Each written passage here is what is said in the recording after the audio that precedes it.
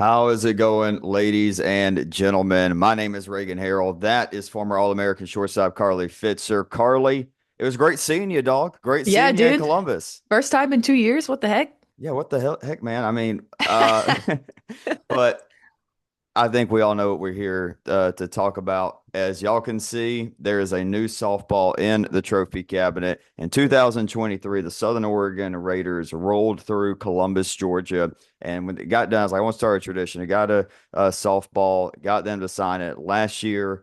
Bruce Lennington, Cassie Valdez, and the Saints from San Antonio, they can carry the tradition on. And in the pouring rain in Columbus, Georgia, we saw Southern Oregon win the Red Banner, and Carly, that was the most impressive Red Banner run we have ever seen. Not we have seen, you and I, obviously, young in NAI softball, but in all of NAI softball, no team has ever lost their first game, much less lost their game as a non 1 or 2 seed. So no bye, 3 seeds, Southern Oregon, they lose their first game and win 7 in a row.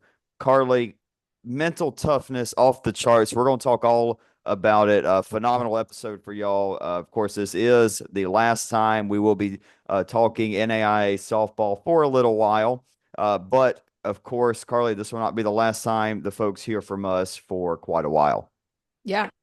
We've got some pretty cool stuff coming, talking about the uh AUSL, the Pro Softball League just got endorsed by the MLB. So lots of big stuff happening there, and we're gonna dip our piggies in that for a little bit.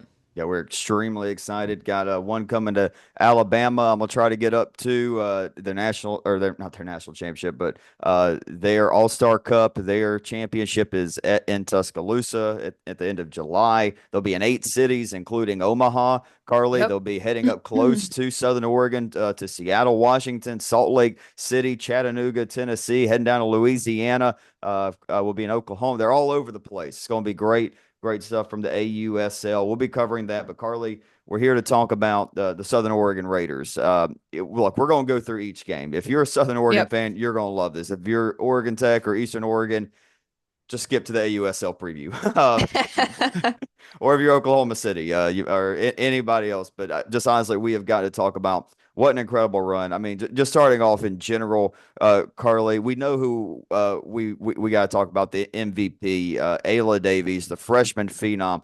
But it wasn't just her. I mean, this lineup did really well. That was a hmm question mark. I felt like coming in for Southern Oregon. Were they going to be able to produce runs? Was this senior heavy? So many seniors. Were they able to cap it off? A little Oklahoma-ish from last year. Now, obviously, not trying to finish off a four-peat like Oklahoma did at the D1 level, but to make it 4 and 6 years, to make it two of the last three fully establish themselves as the new standard of NAI softball. Yeah, Brooke Nordahl and Sarah Curling step up in big ways. Like I said, a lot of seniors, but the sophomore Nordahl had a phenomenal World Series, 9 for 21, scored 4 runs, no errors, an infield that's very difficult to do that in. She did really well at the hot corner, speared some line drives, and Sarah Curling, though, if there was not Ayla Davies, that was the tournament MVP, the senior, the leader, the heartbeat. I've had the privilege of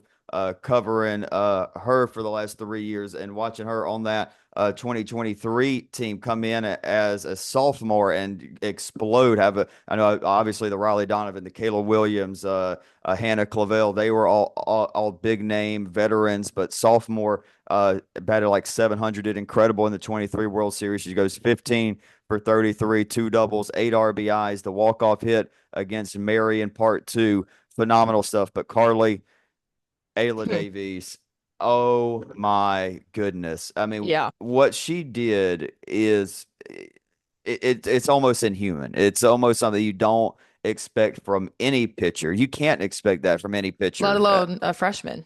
Exactly. But she is not a freshman. This girl, No. you can't even throw the freshman tag on her. And it's like, what's she going to do with the full off season of working with Pistol and the workout plan and what that's going to look like? But 71 strikeouts and 64 innings smashes the World Series record, nearly 900 pitches in Columbus. Every single pitch from the Southern Oregon Circle came from the freshman from Burns, Oregon, the small town country girl, got it done, and taught you a little move or two after they Taught me a won. little swing dancing. A Yeah. little swing I dancing. have to practice. But Carly, you've been on that stage as a senior, as a veteran.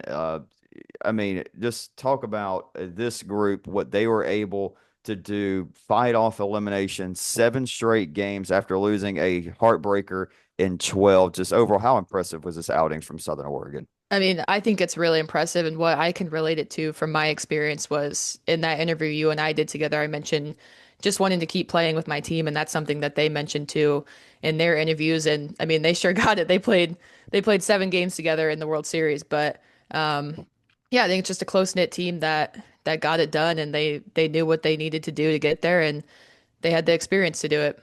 Yeah, I mean, saw Coach Pistol a little emotional after, well deserved. The whole team, what they were able to do. But Carly, let's go through it. I mean, Thursday through Thursday, that will go down as the greatest week, maybe in Southern Oregon athletics, and definitely Southern Oregon softball. Look, I know, winning their first one in 2019 against Oklahoma City, also massive, but this just different, Yeah. historic. And I'm really appreciative for him because let's be honest, the 2025 World Series had an impossible task. You had to follow up the 2024 World Series that had the small town, or I mean, no, it's West San Antonio, it's not small town, but a smaller school in Our Lady of the Lake coming in and winning it, and the 11 one-run ball games, the walk-offs, and yada yada yada. It was cinema, and Southern Oregon said, "We got it." Now they had some help. There were some other phenomenal games. The Eastern Oregon Gwinnett game was awesome, and probably at some point in the next couple of weeks, Carly, you and I'll sit down and recap all 19 games and really look at it. But we're just looking at the 8 for Southern Oregon right here. But let's go through it because this game, this World Series, got started off with such a banger. Southern Oregon, number 3 versus number 6. They take on Marion, a 2-run home run in the 5th inning from Abby Hoffman, who was phenomenal for the Knights. Southern Oregon down to their final out. They were able to get 5 batters in a row on to score 2 runs in the 7th inning to tie it up. The game would be deadlocked. What a pitcher's duel. And like, y'all, let me tell you, if you weren't there in Columbus, I swear in 4 years that was the hottest it ever has been. It was brutally hot. But let's just tip our cap to Olivia Sunk and Ayla Davies and that first game, first time for both of them pitching in that kind of heat this year. Davies probably first time in her career being able to do that. It looked like Kirsten Grotwell was going to hit the game-winning walk-off home run, but again, Abby Hoffman goes up and robs it in the bottom of the 11th. Marion would get one across in the 12th, and Southern Oregon was not able to do that. 3-2 into the elimination bracket on Friday, where Carly they had to face a red-hot Reinhardt Eagles team who had just lost to Eastern Oregon. But Ayla Davies versus that lineup, that was look, this Reinhardt team is going to be phenomenal. They are going to be a great team next year. They were not ready for Ayla Davies. Now, Captain K, Kara Leitner, did have the solo shot that made it a little bit interesting late, but Ari Williams answered it with a pinch hit home run, cruising to a 3-1 victory. Davies, very, very solid in the circle. She was the Urban Edge Network player of the game. And Carly, before take it over to you in that phenomenal softball game, I do have something to announce from Urban Edge Network, and they want to thank all their sponsor, Napa Auto Parts, State Farm, Starbucks, Credit Visero, Essentra, McDonald's, Walgreens, CDW, Intel, and Apple. All these great sponsors for helping sponsor the live stream. Carly,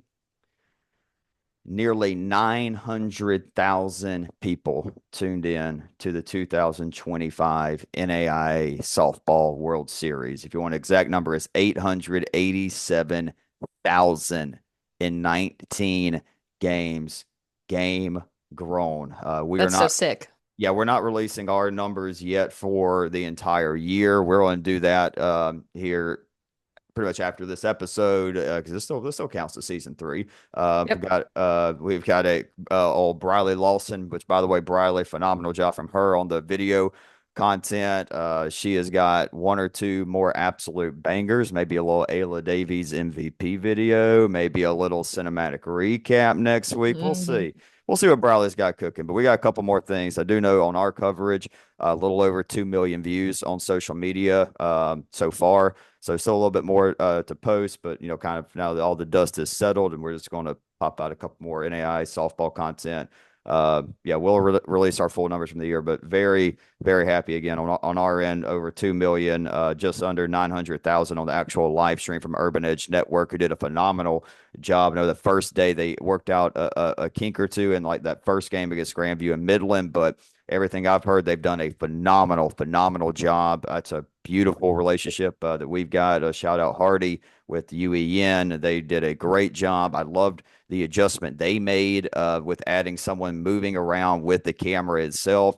But great stuff, great product. But Carly, let's get into it. Saturday, big test, number one team in the country, Cumberland's. Which, by the way, I feel like everybody kind of forgot there at the end of May because they kind of stumbled into the opening round a little bit. Not the best end of regular season, not the best conference tournament. Turns out they just kind of ran into the team that finished third overall, Eastern Oregon.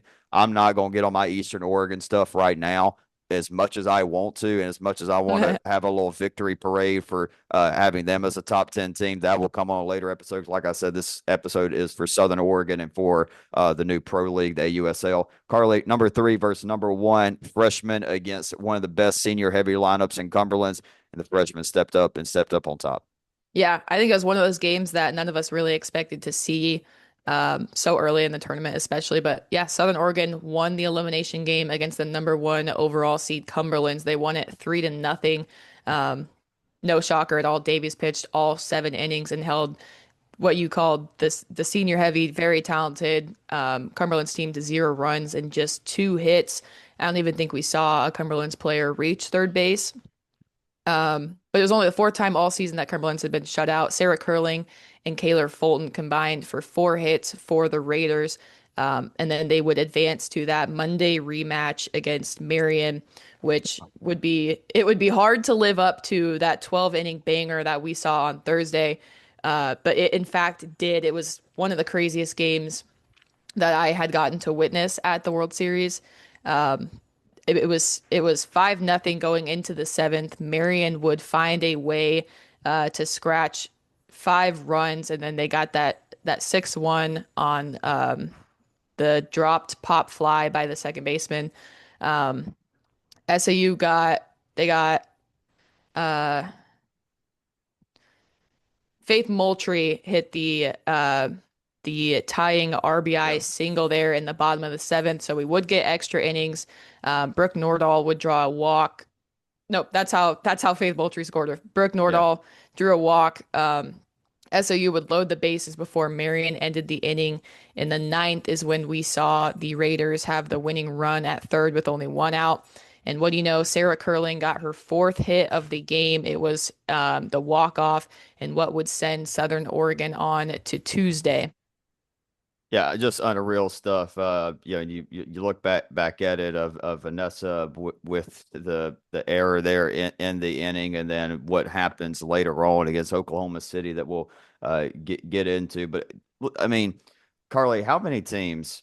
You're up 5-0. Yeah.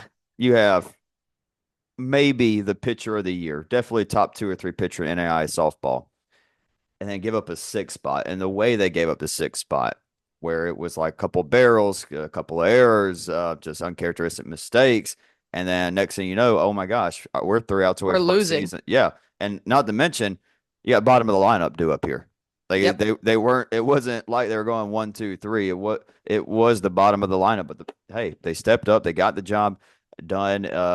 And at that moment, I was like, oh, they could do this. Oh, they're locked in. Oh, that yeah, it's like, oh, they can do if they could come back from that after giving up six, finding a way, and then go on to win it. And then I was like, okay, I think Davies just hit the wall. I thought that was it. I I mean, she was giving it her all, and it was yes. so hot.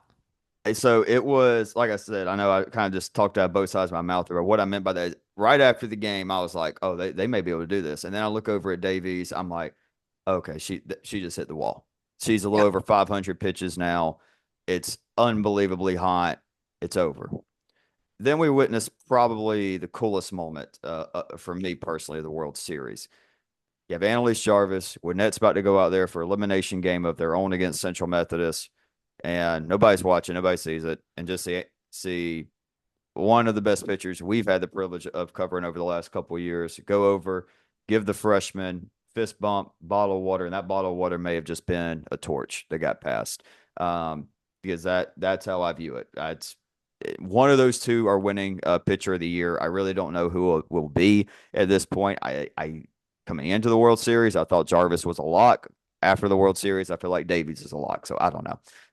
But speaking of it, Tuesday, Ayla Davies versus Annalise Jarvis, epic pitching duel. I mean, I blinked and it was the bottom of the fourth inning. Yeah. Yeah. I think That was a fast game. it was the top of the third.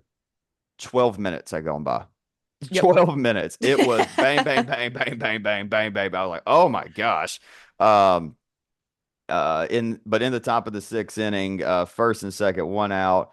Um, uh, yeah, and then Kennedy Kyla, Annalise just left a rise ball right over the plate. I believe it was a rise. I know it was a pitch. It was, I mean, right down the middle to someone in the lineup. You could not do that to. Kennedy stepped into the box and just blasted one. I mean, off the bat, it was over, and it was like, okay, that'll do. Yep. 3-0 Southern Oregon, and then lightning struck, and 20 hours later, we had to have Ayla go back up there, and I mean, again, 6 minutes later, 1, 2, 3, strikeout, line drive, done. Ball game. 3-0, phenomenal pitchers duel, just my kind of thing. But Davies dominated that lineup, 10 strikeouts, no problem. Okay, they do that Wednesday morning. Now you got to get up. Now you got to go and face a team that really, you look at why Southern Oregon was questioned at the end of the year. It was Eastern Oregon. Eastern and Southern had some great battles. 3-2 Eastern Oregon advantage through the 5 games, but it just ultimately became, Carly, one team has been on this stage. One team knows what it's like to have your back against the wall, and the other team did not. It was a rout.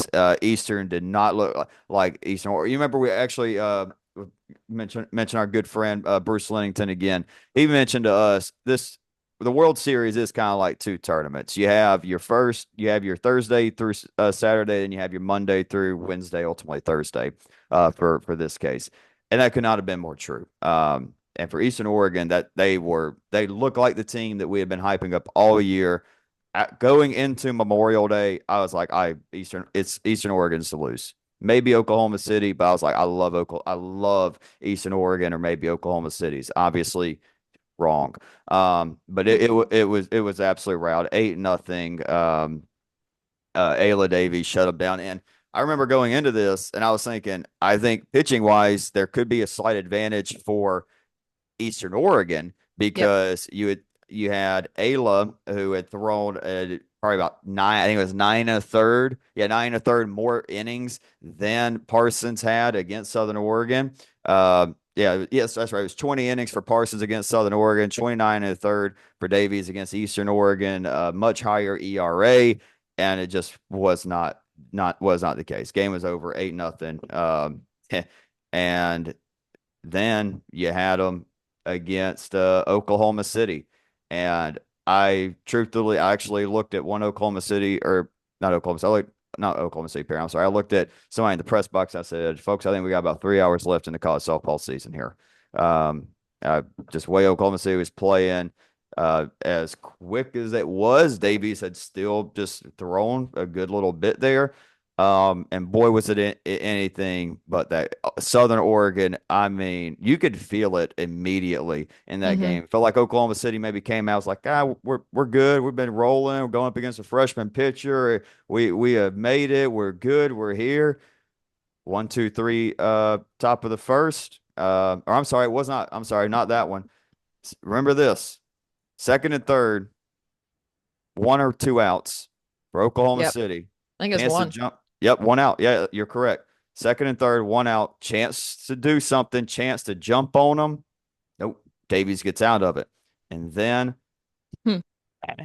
4 run bottom of the first. I mean, jumped all over them, and then that was it. I mean, Davies shut him down en route to throwing nearly 200 pitches on a Wednesday and did not allow a single run. I believe it was 13. It was 13 and third innings, 19 strikeouts, no runs on Wednesday to set up the first game 19. We've had the privilege of covering Carly, and holy cow, if I could have anything to make me feel high, give me that first inning of game 19. Oh my days. What I mean, what a game, but I mean, Carly, Thursday, national championship. What a way to get it rocking and rolling. Yeah, I mean, it was, I wouldn't say beautiful weather, but it was the perfect weather I would say for Southern Oregon. Yeah. Cloudy overcast, some rain coming down, And the not way as it's hot. been, and the way it's been all year long. I mean, all year. It's been nasty. It's been rainy. Um, and again, I don't, Mother Nature did not like softball, but she held off just enough for us to be able to get this in. But yeah, Tara Holner and Annalise Rayburn. Yeah. Yeah. They set the scene for this championship game, top of the first. They go back to back. Annalise Rayburn's ball was just absolutely Oh, demolished. I mean, that ball was gone off the bat. back to back pitches. Yes, back to back pitches. Like, hey, freshman, yeah, you got us yesterday. Now watch this. Boom, boom. I'm like, oh boy, oh boy. Yeah, Maybe it they was. made an adjustment. They figured it out. Not Yeah, quite. we had a moment where we looked at each other. We thought this one might go a bit differently. But Southern Oregon really responded there in the bottom half. They loaded up the bases with only 1 out. Sammy Pemberton was probably a foot. It was a foot difference Yeah. from hitting a grand slam. She did get that sac fly, but the next batter, Vanessa Lang, hit the 3-run home run, which would end up being the difference. Her first home run of her career and of the year. And that, I mean, that put them up 4-2. In the third, Oklahoma City, they hit back-to-back doubles. They would score one, cut the lead to one. And then at this point, I mean, it is raining. Yeah. They started coming down at this point. Yeah. Um, the two teams played on. No one scored until the bottom of the sixth. Kenny Nikila would have a 2 RBI double. This one also within a few feet of going over, hit off the wall. And that would put Southern Oregon up three. And then in the seventh, Ayla Davies, she got a strikeout, gave up a single up the middle. She got another strikeout. And then that pop up to the first baseman would give Southern Oregon the 2025 NEIA softball championship. They're fourth in 6 years, Carly. And again, this team, they came into this year, it was who's gonna pitch for them, who's gonna swing it for them. Yeah, they got speed. Yeah, they're gonna be coached well, but it's gonna be Oregon Tech. It's gonna be Eastern Oregon. I mean, that came from a lot of people. I think that was a general thought. We saw last year this team do okay at the World Series, but certainly not the dominance that we have seen. And we really just weren't sure. Nobody was just like, oh my gosh, you really have to worry about her or her or her. And then you get into the season, and the season starts, and they go to Shawnee and they dominate. They look elite. They were the best team in the country from that moment until the Eastern Oregon series at the end of the year. And you see Davies start to get hit a little bit more, and it's like, okay, now here's where Southern Oregon's at. They're good. They're gonna make it to Columbus. They're gonna make a run. They maybe make a run in the conference tournament, and they don't do good in the Cascade Conference tournament. They get knocked out of the Cascade tournament. Get upset a couple times there, and it's like, okay, that not their year. Give Davies another year. Let's get some bats in. Yeah, they're losing a lot, but let's see. Let's see how Pistol can maybe use this year as motivation. This is Jessica freaking Pistol. She makes the motivation in the fall. She makes the motivation in the winter. They get on campus and they're pushing the sleds in the snow. They're going on these massive hikes. They are bonding as a team, learning how to love each other. This team expresses so much love. And Carly, they get out there and they fight. They fight. They fight. And it's so deadgum impressive to watch. And what she has built in the years before we started covering and what they've done over the last 3 years. And the fact they got 3 more years of Davies. They've got this beautiful new facility going up. This is the new standard of NAI softball, period. And everybody else has got to play catch up at this point. Because if not, they're going to keep winning. Now their next challenge is going back to back. And I'm not betting against them. I mean, I don't Nope. care, even year, odd year, new year. Southern Oregon going to figure it out. They're going to be in Yep. Columbus. They're going to be Yep. competing for a red banner. But just again, this year specific, they get a pretty tough opening round. They do really well in the opening round. They get the number 3 overall seed. And even still, it's like, it's a tough matchup against Marion. And then they lose to Marion. It's like, write them off, they're done. And I will say this. I remember looking and talking with Coach Jaden Wallace. Um, and we were both alike. And I'll give her a lot of credit here. She said it. Reagan, if any team can make it through that elimination bracket, is Southern Oregon. It's absolutely, absolutely Southern Oregon could do it. Now, I think could do it. No, that's such a difficult It's task such to a have. long path. Yeah, and especially when you don't have a staff. You have one pitcher, one freshman pitcher. It didn't matter. Who Mhm. cares? Bang, bang. Everybody, 1 through 9. Moultrie in the 9. He'll turn it over to Sarah Curling, who had an unreal performance. The defense, spectacular. Vanessa Lang stepping up in the big moment. Kennedy was unreal. Pemberton was unreal. Piper, name it. Haley Seba, everybody stepped up at some point. Everybody in that lineup, everybody defensively stepped up. That's Southern Oregon. That is who you model. If you are a new coach, that's who you model it after. The mental toughness it takes to play for that team, to compete on that team, it shows in late May in the NAI Softball World Series. And it's why they've won their 4th in 6 years. It's why they're the new standard of NAI softball. Congratulations, Coach Pistol. Congratulations, Southern Oregon. Just unreal. I mean, like I said, it's a lot of fun to watch. I know a lot of people are like, oh, we don't like dominance. We don't like, I don't care. I love excellence. I mean, not perfection, certainly couldn't say that, but I mean, I love how this team play. I've grown to really appreciate as I've gotten to know NI softball how they go about their business. It's impressive to watch. Carly, as long as Jessica Pasol is there, that's going to continue to be the standard of NAI softball until somebody takes that title from them. Yeah. I mean, it was one of the coolest things I've gotten to see.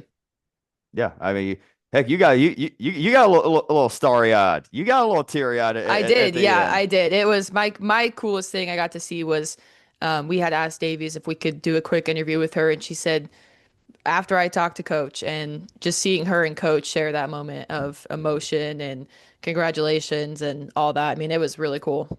Yeah, I mean, just really impressive stuff. I mean, team loved each other. I mean, this is going to be a very different Southern Oregon team next year. I mean, they lose a lot. There's going to be a lot gone from the lineup, but you know Davies is there. You know Pistol is there. Yeah, I mean, I think they'll be right back in the mix. And again, shout out Southern Oregon. That route, unbelievable, unreal. But Carly, that's a wrap on season three's coverage of NAI softball. What a year, record-breaking year for us. Massive. I mean, the NAISP Invitational, the social media numbers. Cannot thank you all enough. But it's not the end of the episode. We're just at halftime of the episode, and we're just getting started this summer. Fully expect we'll get a more set and defined schedule for y'all. What I will say right now is just plan on every probably every Monday a AUSL episode. I don't are not ready to commit. We'll go to our full on like we did for NAISB where we did Monday and Thursday. We'll see. I mean, there's gonna be plenty to talk about throughout the summer. Um, coaching wise, real quick, before we'll kind of wrap up that. There's two big coaching moves that have happened in NAI softball that we know about, and that's gonna be a good thing about us recording through the summer is we'll be able to kind of talk about that carousel. Obviously, the big one that just got announced yesterday is Steve Babinski has stepped down from Indiana Wesleyan. Um, we really don't have anything to report on that at this point or who could potentially be there, but he did take to social media on Facebook and Instagram last night and announced that. So obviously a big position opened a top 15 program in NAI softball now open. So we'll see who steps up there. And then Wendy Ho from William Carey. She was the former coach for the Crusaders that led them to a second place finish and their dominance in the early 2000s. She is now back. She is the head coach for William Carey. So we'll see that development, how it goes. But yeah, we will continue on with that. But Carly, let's talk a little AUSL. Let's do it. Okay. So if you don't know about the Athletes Unlimited Softball League, they've done some stuff. They've done the championship, AUX, the last couple of years. You know about the pro leagues. It's been gaining traction. It's been gaining some momentum. But Commissioner Kim Ang, who has stepped in, I think that was the best move that this league could have done. I mean, Kim Ang, a rock star in sports business in general. She was a phenomenal executive at Major League Baseball, GM for the Miami Marlins in the early 2000s, I believe 2020, 2023. And this league has got way more momentum than any other softball league. If y'all remember, we had Coach Cat Eilenberg on earlier this year, and we say, Coach, what would it take for a pro league to be successful? And she said, well, Reagan, kind of like WNBA is backed by the NBA, it would take Major League Baseball. And before that big announcement came out on Thursday morning, you know, I felt like this league had a real good shot. I love the structure of it. Obviously, the growth of college softball, especially at the Division I level, and just the names that are attached that we are going to get into here in just a minute. We'll continue to discuss that. But Major League Baseball backing this, Carly, as a young woman that played softball all her life, played college softball. Just talk about kind of what this moment means to you and means to the next generation of college softball or of softball players in general. Yeah, I mean, it's huge and it's, every other sport, especially for men's, is people look at that next step after college. And now that we have that and it's growing and it's helping us grow the game through every level, I mean, um, it's really cool to see and just see how these players are leading the way in this kind of this new, like, this is our first time doing it. So seeing these players lead the way and kind of set the tone and the path for it, it'll be really special to watch. Well, Carly, let's talk about it. So there's four teams in the league. They're going to be traveling Yep, to 8 cities, like we talked about, heading to Omaha. I know you're going to try to get out there I for am. some games. We are really lucky. It just kind of shows how life in general is about connections and who you know. Savannah Collins has done a phenomenal job promoting this league on social media, and if you watch the AUSL draft a month or so ago, she was there leading that. She just so happened to go to high school with a really awesome receiver coach. Shout out my boy Zach Talent at Weber. We got in touch a little over a year ago, and yeah, that's kind of how we've gotten opportunity to get in. We're going to get some interviews. We're going to have players on. We're going to cover the heck out of this league, just like we do for NAI softball, because I fully believe this is huge for growing the game. Look, I know the NAISB certainly looks a little bit different than what it did when we first started, when it was Taylor and I. This is a business now. We're doing the Invitational. We're covering the AUSL, but everybody knows, or at least I hope they know, that this is a huge plan, a career that Carly, Connor, and I are trying to continue in doing for a long time. We had some pretty serious conversations about that we'll obviously be leaving off fair at this point. But yeah, I mean, this is a huge step for us and for college softball and the sport of softball in general. But Carly, let's get into it. The Volts are the first of the four teams we are going to talk about. They are led by general manager Cat Osterman. Obviously, everybody knows that name, the GOAT, the lefty, one of the best to ever do it at the college level. Still holds the NC Division One record for strikeout ratio at 17.34 per seven. It's not bad. Eh, She's got several other records, but some really good pitchers we'll talk about. But the head coach for the Volts, Kelly Kreshman, served as head coach for the USSSA Pride, one of the greatest ever to play for the Alabama Crimson Tide. So don't look at all my Georgia stuff back there, Coach Kreshman. Just ignore that. But all around five tool player, lead defensive outfielder, where she dominated the outfield in Tuscaloosa. Part of the 400 batting average, 300 hit, 200 run, 100 stolen base in her career in the late 90s and early 2000s. Played for the U.S. National team, where she won gold in the '04 Summer Olympics and silver in the '08 Olympics. But Carly, just looking at this team again, it's kind of similar to a college roster, really. Similar yeah. roster size, 16 to 18. They're going to expand that some. But Carly, we broke this down. I've got obviously I got the pitchers. Y'all know I love my pitchers. I'll talk about some pitchers and outfielders. You'll talk about infield, catcher, and utility. Before the Volts, looking at what they're going to have in the circle, Carly, they are led by Rachel Garcia, righty, graduated from UCLA in 2021. She's played pro ball with the AUX and in the championship. It's got a 16-11 career pro record with a 3.15 ERA and 194 strikeouts. While she was at UCLA, she was the NFCA Pitcher of the Year in 2019. Even though the GM is Cat Osterman, great lefty. It's a lot of righties for the Volts. Maria Mazzone from Oregon State, 2022 graduate, where she had a phenomenal year in 22, NFCA first team All American with a 1.66 ERA. Has been playing pro ball since 2022, where she's had a sub 4 ERA. So a couple veterans there that have big pro experience. Then you also have two young, really solid pitchers. Peyton Gottschall from Tennessee. Obviously, a lot of people know her. She just graduated last year, first team All American last year when she went 20-5 with a 1.37 ERA her senior year. And in the draft they just had, the Volts selected Miranda Stoddard, pitcher that can also hit for.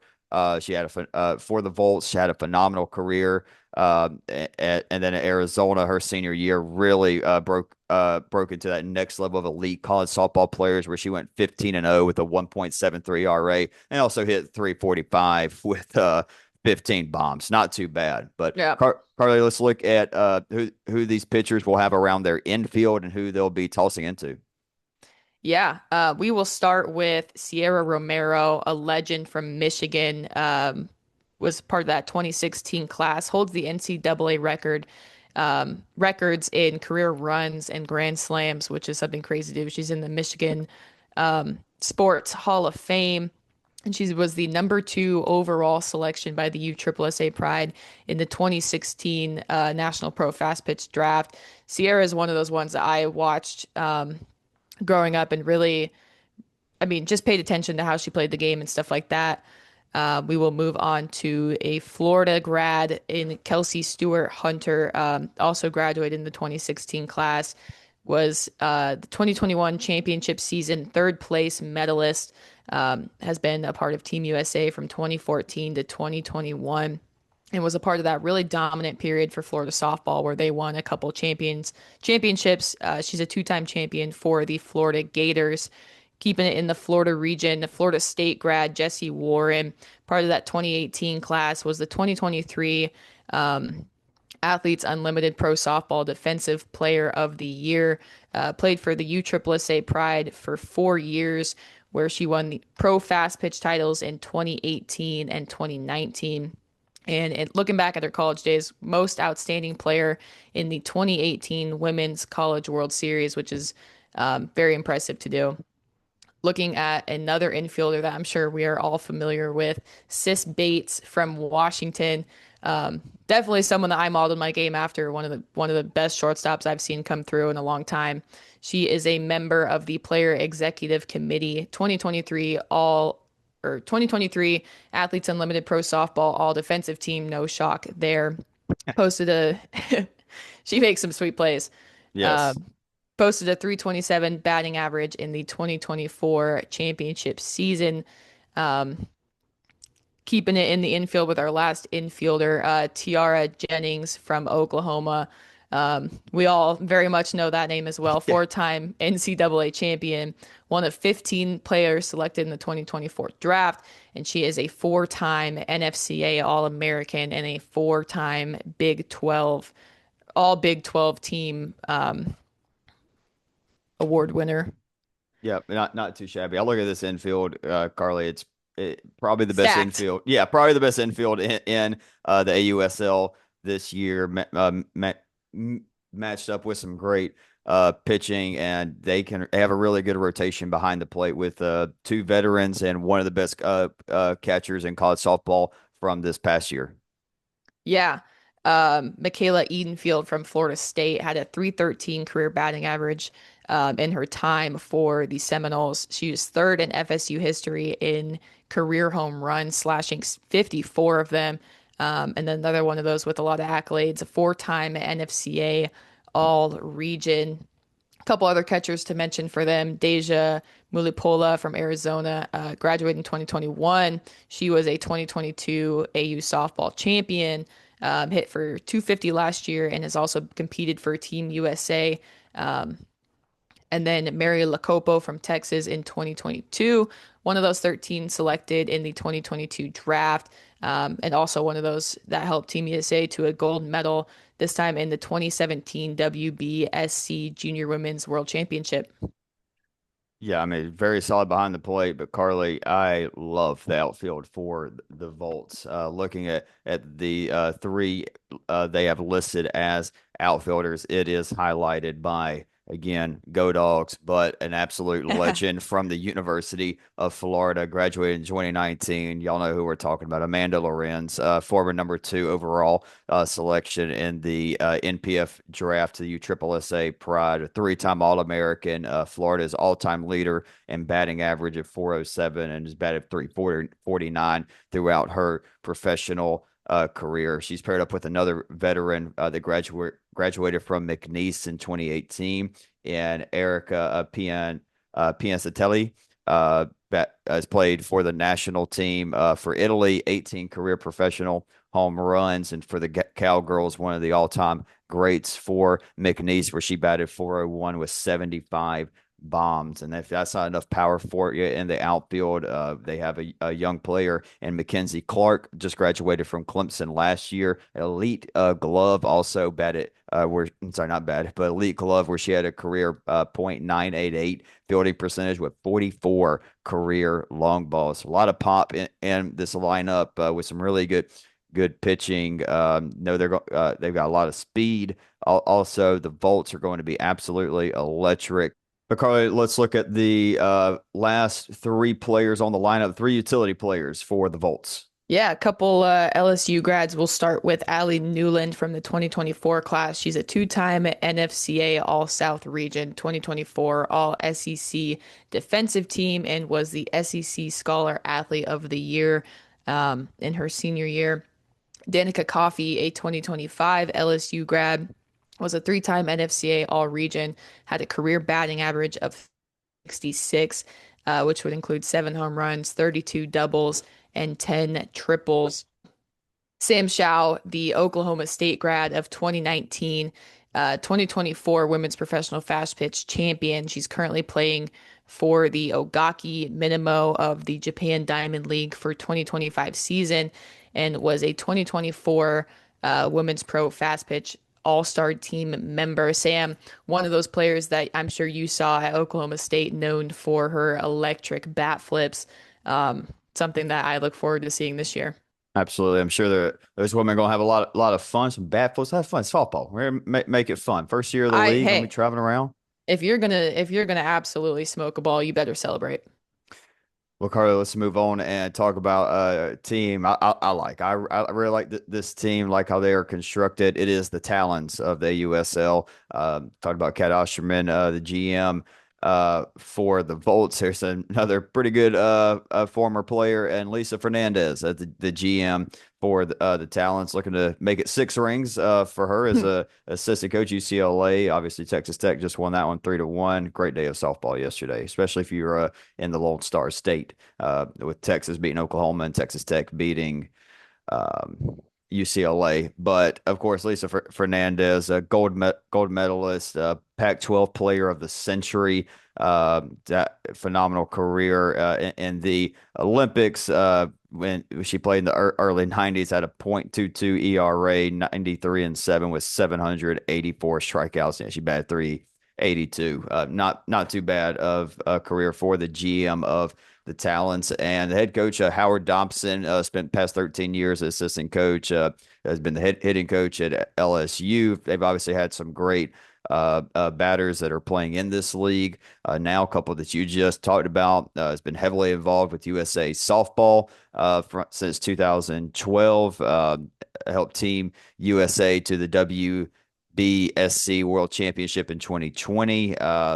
And was a part of the staff with the silver medal in the Tokyo Olympics. But Carly, I absolutely love their pitching staff, especially at the top. But their 1-2 pitcher of the years in the early 2000s, leading the way. One of the biggest ambassadors for college softball. Graduated from the University of Alabama in 2023. Right-hand pitcher Montana Fouts headlining this elite pitching staff. 2021 NFCA Pitcher of the Year, career 51-13, the 1.68 ERA, and 583 strikeouts and 431 innings for the Crimson Tide. She was the NFCA Pitcher of the Year in 21. Georgina Corrick was the NFCA Pitcher of the Year in 22, and they are the two headlining this elite staff for Coach Dobson and the Talons. She actually said that she modeled her game after Lisa Fernandez, the GM of the Talons. She's been on the Great Britain national team since 2014. In that incredible 2022 year for the Bulls, just up the road from me, she went 37-5 with a .66 ERA and 418 strikeouts. She's a veteran. She's played professionally over the last 4 years with a sub-3 ERA. I'm really excited for those two leading the staff. That also, Carly has got three really solid younger pitchers. They drafted a couple of freshmen that graduate this year. Raylan Chafin from Mississippi State led Team USA to a gold medal in 2021 in the WBSC U18 this year for Mississippi State, competing in very tough SEC. Had 205 strikeouts with a 3.10 ERA over 191 innings. Another 2025 grad from the University of Michigan, Lauren Durkowski, over her college career went 60-40 with 12 saves and a 2.34 ERA. It's recorded 661 strikeouts, three-time NFCA All Great Lakes region honoree, and first team this past year. Of course, Coach Lisa Fernandez got herself pretty good. Former pitcher from the Bruins, Megan Ferriamo, entering her fourth pro year. The veteran's 8-8 with a 3.19 ERA and 129 and third innings. She's racked up 108 strikeouts. I love this pitching staff. They also have Maria Lopez from Utah, who competed for the New York Rise, where she's gone 3-3 over 30 and a third innings with a 3.23 ERA. What an elite staff. Absolutely love it, Carly. And let's go look at the infield and catchers for the Talons. Yeah, we'll start with another Oklahoma legend, sister of Sierra Romero. We have Sydney Romero, graduated in 2019 from the Sooners, was the 2019 Big 12 Player of the Year, was drafted number 3 overall in the 2019 National Pro Fast Pitch Draft. She finished 2024, had a ninth place finish in points, and was a member of Team Mexico in the 2020 Olympics.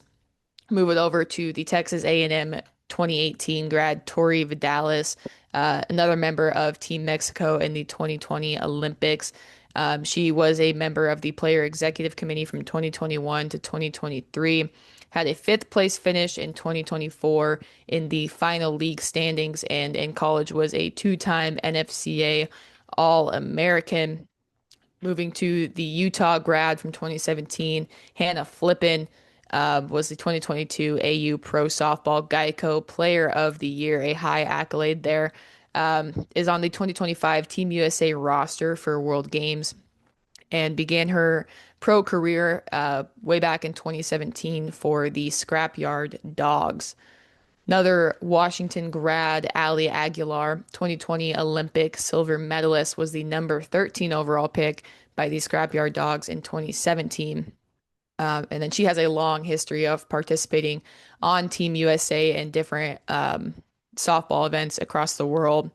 Bree Ellis, a name that is highly talked about right now, the recent Arkansas grad, three-time All SEC, 2025 SEC Player of the Year, as well as the USA Collegiate Player of the Year.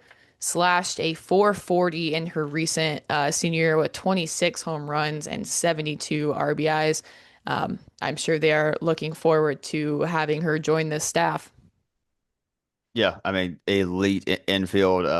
Love Brie Ellis on this team. Obviously, someone that we all know. Me especially as a younger softball fan. And when I say younger, like for the new AUSL audience, this is my third year watching softball. We'll talk about the backstory and everything at some point. Not the episode for that, but I mean, I love this infield. Of course, Sydney Romero highlighting it. A lot of veterans that you mentioned that'll be able to help Brie Ellis step into the professional ranks. But Carly, speaking of veterans, that is who headlines the outfield for the Talons. Victoria Haywood, 2014 Washington grad, was actually just named the head coach of the University of Nevada almost a year ago today, and she had a phenomenal first year where she guided the team to a 41-14 record. They won the Mountain West regular season. She was the coach of the year. She's been a pro since 2020. She's batted 368 with 22 extra base hits. Her veteran presence will be big because it is a younger outfield outside of her. Got Jadalyn Alshin from UCLA, led Team USA to gold in 2019 in the U19 Women's Softball World Cup, where she hit 421 with 3 home runs. She played at Washington for 4 years before capping off her career at UCLA, 289 batting average, 26 home runs with 103 RBIs. Caroline Jacobson from Clemson, she was Duke's all-time home run leader. She's got 45 career home runs and 166 RBIs. And then you pair her with rookie just graduated from Mississippi State, Sierra Sacco, 229 career starts for her, where she batted 397 with 37 doubles and 9 triples. A lot of speed there to cover a lot of ground. She stole 99 bases on 137 attempts. The NFCA first team All-American, a really solid outfield with a good mix of veteran and young talent for the Talons. Carly, let's look at the catchers and the utility players. Yeah, we'll start off with Allie Shipman Strout. Graduated from Alabama, spent a couple years at Tennessee, so someone that's been a part of two elite softball programs. She finished her collegiate career with a 327 batting average. She slashed 27 home runs, 156 RBIs, and collected a total of 209 hits. She's paired behind the plate with Charlize Palacios, a UCLA grad of 2024, someone who was a member of the All Pac 12, four-time All Pac-12, member of the League Player Executive Committee. She made her pro debut last year, and she helped Team USA win the Canada Cup in 2022, batting an impressive 571 with a couple home runs, couple RBIs.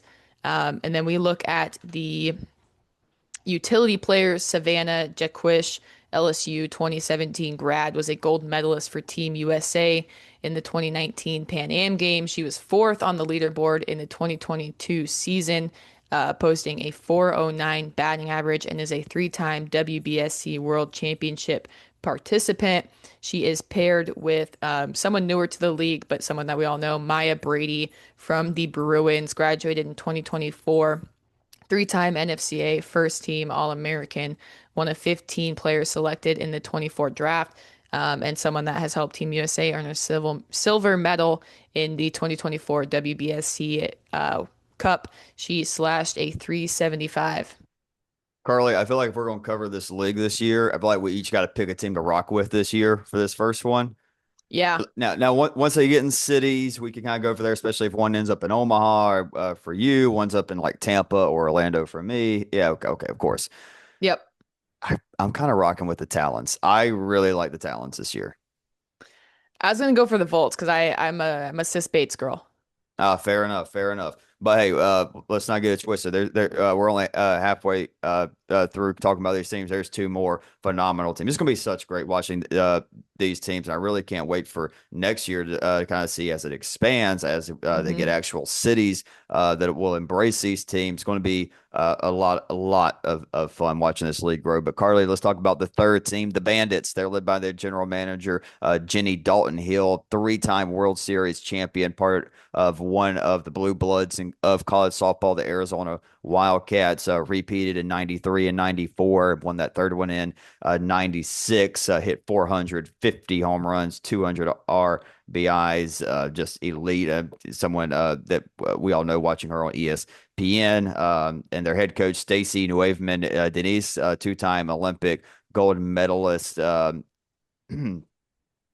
She has been the coach at San Diego State. She was a two-time Mountain West Coach of the Year, led the program to three consecutive Mountain West championships. So a leader that knows how to coach, how to manage a college team, and seeing her at the professional ranks, no surprise. I think she's going to really do well for the team, which she's already had experience for. She's previously coached at the National Pro Fast Pitch League for the Chicago Bandits, the 2018 season, leading them to NPF Championship Series in her first year. Obviously, a phenomenal player at UCLA. It broke numerous records with home runs, slugging, and intentional walks as that kind of comes with that. So I think you can kind of expect to see some pretty good pop in the lineup from Coach Stacy Nueveman Denise. But looking at the pitching side, Carly, one of the first names I really knew when I started getting into softball, and kind of started watching it a little bit more just on TV in general, and just one of the teams I really enjoyed, of course, with the James Madison Dukes in 2021, led by their right-hander Odysseus Alexander, apologies, pro since 2021. Had a little bit of a high ERA with a 5.09 in 130 innings. She won 2023 Athletes Unlimited Softball Championship as a top individual points leader with 1,994. Obviously, helped James Madison reach the World Series semifinals. Remember, they beat Oklahoma in that first game in 2021, where she had that viral diving out, tagging the runner Yep. out at home play. I remember that play specifically. And I was like, maybe maybe the softball deal is kind of fun. Maybe start watching it a little bit more. Little did we know. Be a good veteran there at uh, but looking at who I think is going to really be leading this staff is Lexi Kilfoy, Oklahoma State, graduated 2024. Her first year professionally last year, she took the Athletes Unlimited Pro League by storm. She was the Rookie of the Year. Went She was second in the leader leaderboard points with 1,734. Went 7-3 in 59 2/3 innings, racked up 49 strikeouts with a 2.39 ERA. Phenomenal college career with the Cowgirls, where she had 549 strikeouts and a 1.7 ERA. I think she's someone we'll probably see on opening day. They have a really good rookie in Devin Nets from Arizona. She went 56-29 with a 3.2 ERA, first team All-American this year, according to Softball America and D1 Softball. Had 118 strikeouts this year. Another 2024 grad who had a really good 2024 season in the AUX, Sarah Willis from UCF. Go Knights. She had a 3.55 ERA in 35 and a third innings, first team All Big 12 in 2024 for UCF. And they have another rookie pitcher in Emily Kennedy from Texas A&M. Obviously, a phenomenal year this year as they finished up the number one overall seed heading into the regionals. 4-year starter, had 84 career starts, 153 total appearances, 70-33 with a 2.59 ERA. And then they mix in a veteran lefty at that, Taylor McQuillan, 2019 grad from the University of Arizona. She's competed in pro softball since 2020, boasting a 24-13 record with a 4.04 ERA after a great career at Arizona. And we look at that infield that's surrounding her. We'll start with Florida 2024 grad Skylar Wallace, was the 2023 NFCA Player of the Year.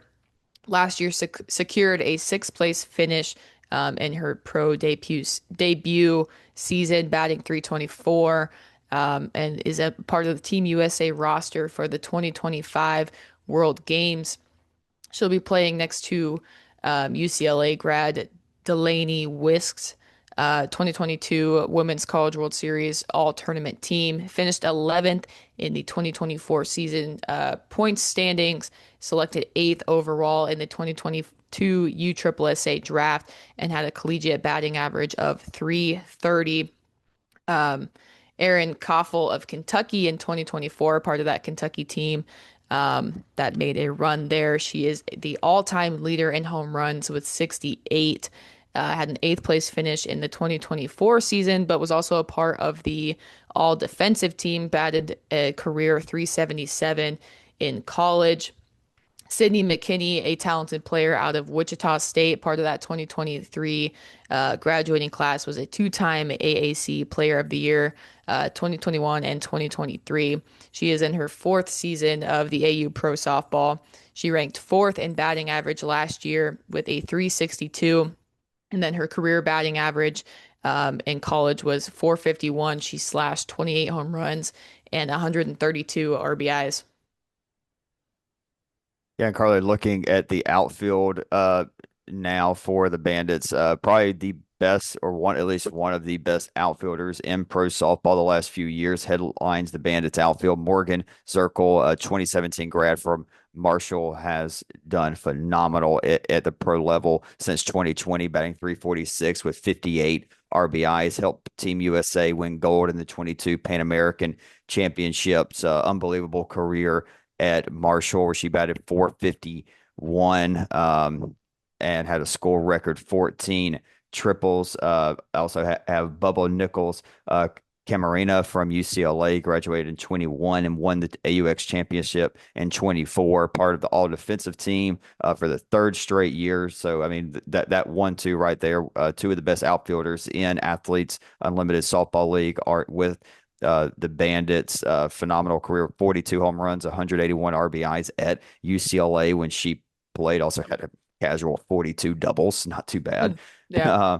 But also have a really good young player in Bella Dayton, who graduated from Texas last year, was part of the Women's College World Series All Tournament team in 2022, a career 330 hitter, a really solid outfield for the Bandits. Carly, let's wrap it up with the catchers and utility player for the Bandits. Yeah, started off behind the plate. Mississippi State grad Mia Davidson was the 2023 AUX third place finisher. She's competed in 4 seasons so far in this pro league. She's played for Team USA, specifically at the 2022 WBSC Pan America Championships. Slashed an impressive 500 with 7 RBIs. So a really impactful player there behind the plate. Kelly Torres, a Duke 2024 grad, finished her collegiate career with a 302 batting average. Part of that staff that helped lead Duke to their first ever Women's College World Series appearance last year in 2024. She also helped them to a 2024 regular season and tournament champs title for the AAC.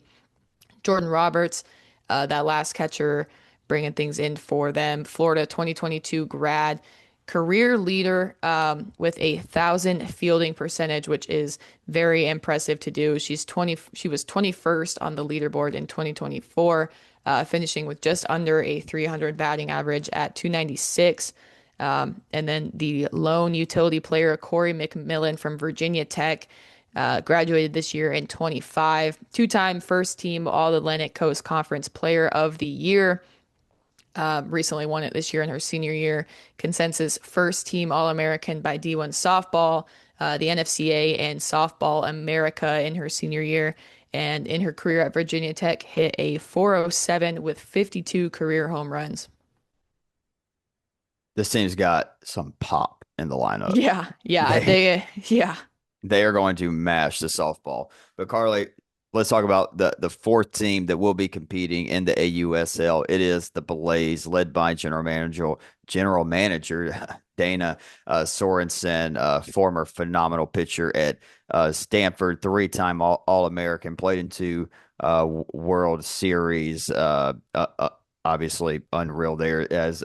I really like her as a GM. She's had many LLCs, many businesses, Sorensen Elite Pitching LLC, Elite Softball uh, pitching organization there. So she's got some leadership, business savvy to her. And then head coach is Alyssa Goler. Love it. She was a three-time All-American at the University of Georgia. Go Dogs.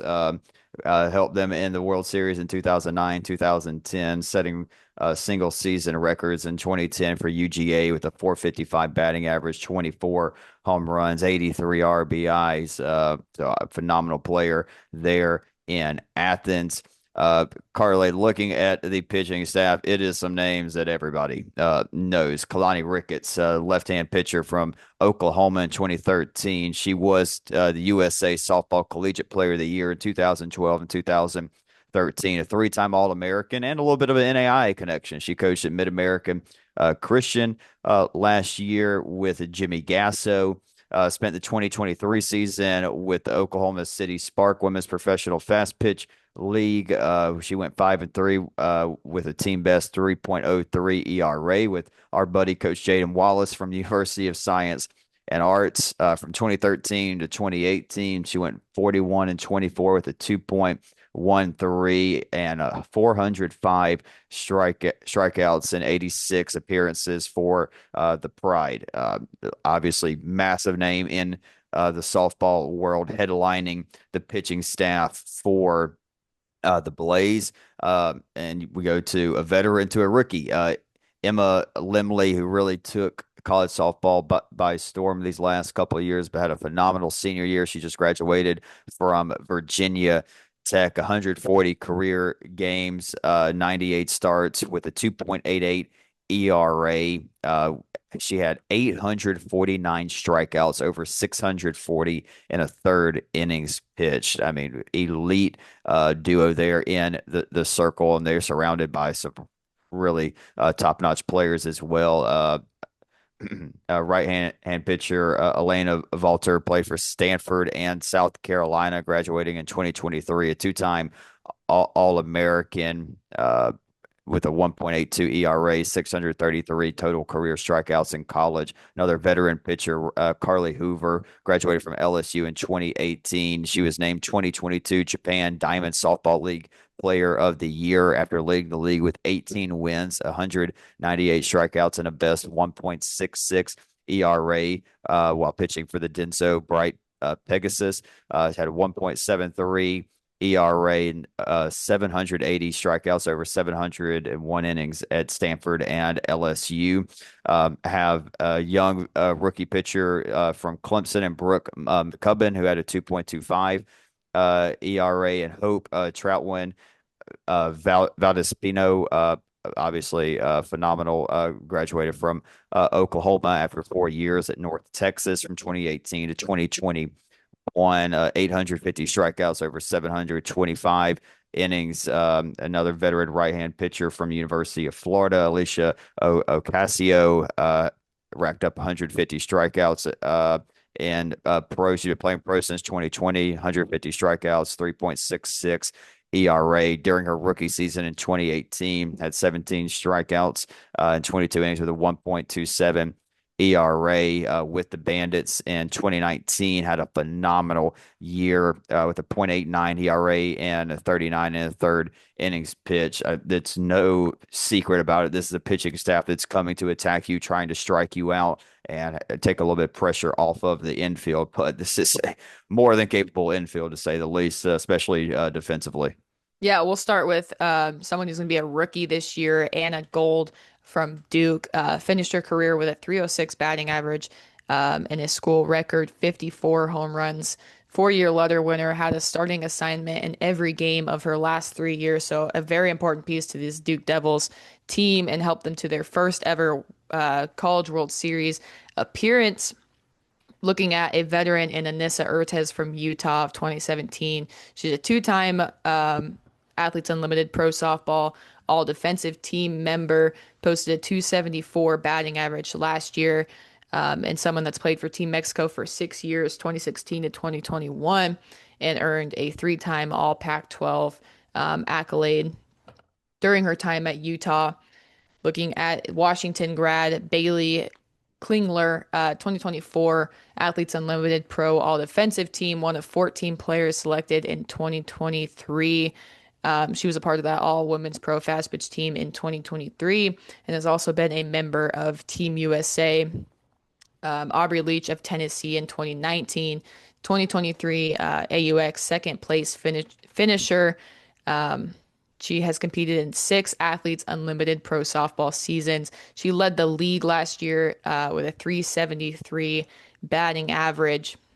Another Arkansas player we'll see, Danielle Gibson Wharton, career leader for the Razorbacks with 190 RBIs. She claimed third place in the final leaderboard in 2023 in the championship season. And she was a NFCA first team All-American in 22 and was in SEC first team and all defensive team. Yeah, I mean, the theme is very obvious from the infield. This is going to be a team that is extremely difficult to score on, Carly. I mean, we talked about all these defensive accolades. We talked about the pitchers and how many strikeouts they get, so it's hard enough to put a ball in play against them. And if you do get it to past the infield, it's an elite defensive outfield, headlined by LSU 2021 grad Aaliyah Andrews. She was on the AU Pro Softball All Defensive Team in 2022. She was a second team All American her senior year at LSU. She with how about 145 stolen bases at LSU? I mean, tons of speed Yeah. from Andrews. Then you have a younger player in Kalia Harding, graduated from Florida State in 2024 in 12 games last year in the AUX. Had 3 home runs, 3 doubles, batted .316. Had 57 career doubles at Florida State, which is second highest in program history. Also has 46 career home runs, which ranks fourth in the storied Florida State program. But you look at another LSU player. So, hey, if you're an LSU fan, this may be the team for you because they got Sierra Briggs, just graduated last year after an incredible career from 2019 to 2024.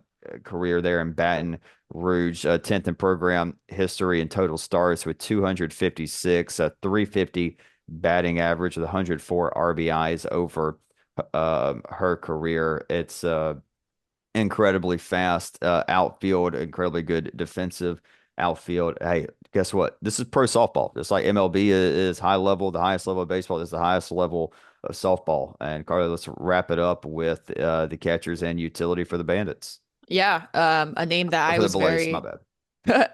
a name that I was very familiar with growing up watching softball, especially the Nebraska team, was Taylor Edwards. Graduated way back in 2014. Part of in the 2022 season was a AU Pro Softball All Defensive Team. She actually has her jersey retired, her jersey number retired at Nebraska, and she has helped Team USA win gold medals at the WSC World Championships and USA Softball International Cup events in 2018, and was the number 8 overall pick in the 2014 National Pro Fast Pitch Draft. And utility player Kayla Kowalik of Kentucky, 2022 grad, she leads Kentucky. She's an all-time leader in runs scored with 262, was one of 14 selected in the 2023 AU Pro Softball Draft. She has all team honors in 2023, and was a member of the Team USA roster in 2022 for the Japan All-Star Series. I think it's really fun to see how these four teams are all structured with elite players, but they all kind of have their own different flair, their own different style, just as you see in any professional league or in any college softball league. You see one team maybe a little more speed based. One team say, "Hey, we're going to beat you with pitching and small ball." One team's going to say, "We're going to be elite defensively and figure it out from there." I see a little bit of that trend already, but hey, we got to see it on the field because we all know these are all the best. These are, about 40, 50 of the best softball players in the world, and they will be on display all summer long. Carly, I'm fired up to cover the AUSL this summer. Yeah, man, I've never been to a pro softball game, so I'm looking forward to them making their way here to Omaha. I'll definitely be there, and I'm excited to check it out. Absolutely. Well, I hope y'all enjoyed our preview of the AUSL. Again, we know for sure we're going to do every Monday. Carly and I'll talk about maybe going twice a week. I don't know, but we'll definitely do it at least every Monday, recapping what's happened in the last week of the AUSL. So obviously we'll be back next Monday to recap the first weekend of the AUSL. Starts on June 7th. You can catch them on ESPN, ESPN2, nationally broadcasted games. And if they're coming to a city near you, go and check it out. And one last time. Shout out Ayla Davies. Shout out all those seniors, and shout out Jessica Pistol and the Southern Oregon Raiders. 4 red banners in 6 years. Incredible.